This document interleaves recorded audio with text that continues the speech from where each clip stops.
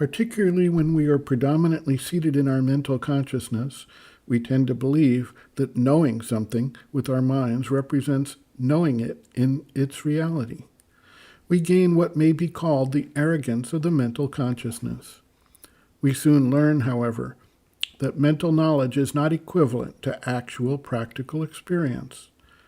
Reading a book on swimming does not help much if one is flailing and drowning in the lake or ocean without actual experience in both understanding the principle of swimming and having experience with its practical application through the training of our body to respond and thereby succeed in the practice.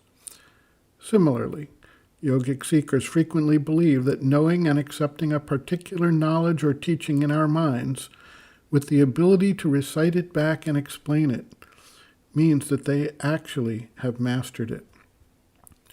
There's an apocryphal story which has been passed down but which we have not been able to locate in the source material as of yet, which describes an event from the time of the Mahabharata.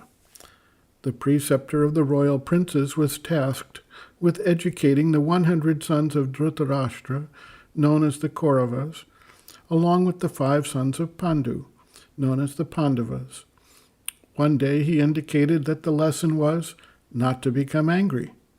Mastery of anger was essential for the role that these princes would play in their later lives, so it was an important lesson.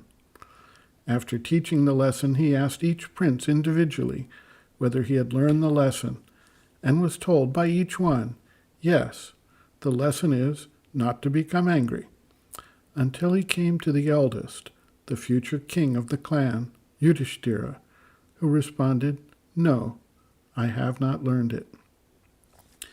The lesson was repeated the next day and then the following day with the same result, as Yudhishthira demurred from having learned the lesson. Drona, in a fit of anger, struck Yudhishthira across the cheek. Striking a prince of the royal blood was a capital offense, and Drona had thereby put his life on the line if Yudhishthira chose to respond. However, Yudhishthira then answered, I now understand and have learned the lesson not to become angry. Yudhishthira understood that a mental knowledge was not actual knowledge or mastery, and it was only after he had an actual circumstance that he was able to judge how deeply the lesson had been impressed upon him. Yudhishthira's lesson is useful for the spiritual seeker who wants to carry out the spiritual surrender to the divine. The first step is generally a central commitment, a will, an aspiration that the mind and psychic being adopt as their understanding. Eventually, they find that the reactions of the mind, the vital, and the physical body, the responses that are embedded due to instinct or habit, the force of the ego personality, all continue along their pre-established grooves, and thus the completeness of the process has been derailed, delayed, or entirely denied. Sri Aurobindo observes, quote, a complete surrender is not possible in so short a time, for a complete surrender means to cut the knot of the ego in each part of the being and offer it, free and whole, to the divine. The mind, the vital, the physical consciousness, and even each part of these in all its movements have one after the other to surrender separately, to give up their own way and to accept the way of the divine. But what one can do is to make from the beginning a central resolve and self-dedication, and to implement it in whatever way one finds open, at each step, taking advantage of every occasion that offers itself to make the self-giving complete.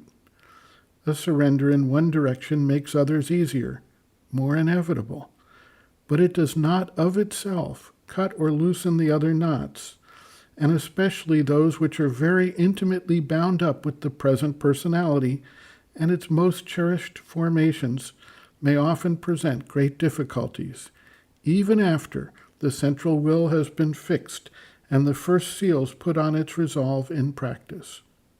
End quote. Reference, Sri Aurobindo, Bases of Yoga, Chapter 2, Faith, Aspiration, Surrender, page 27.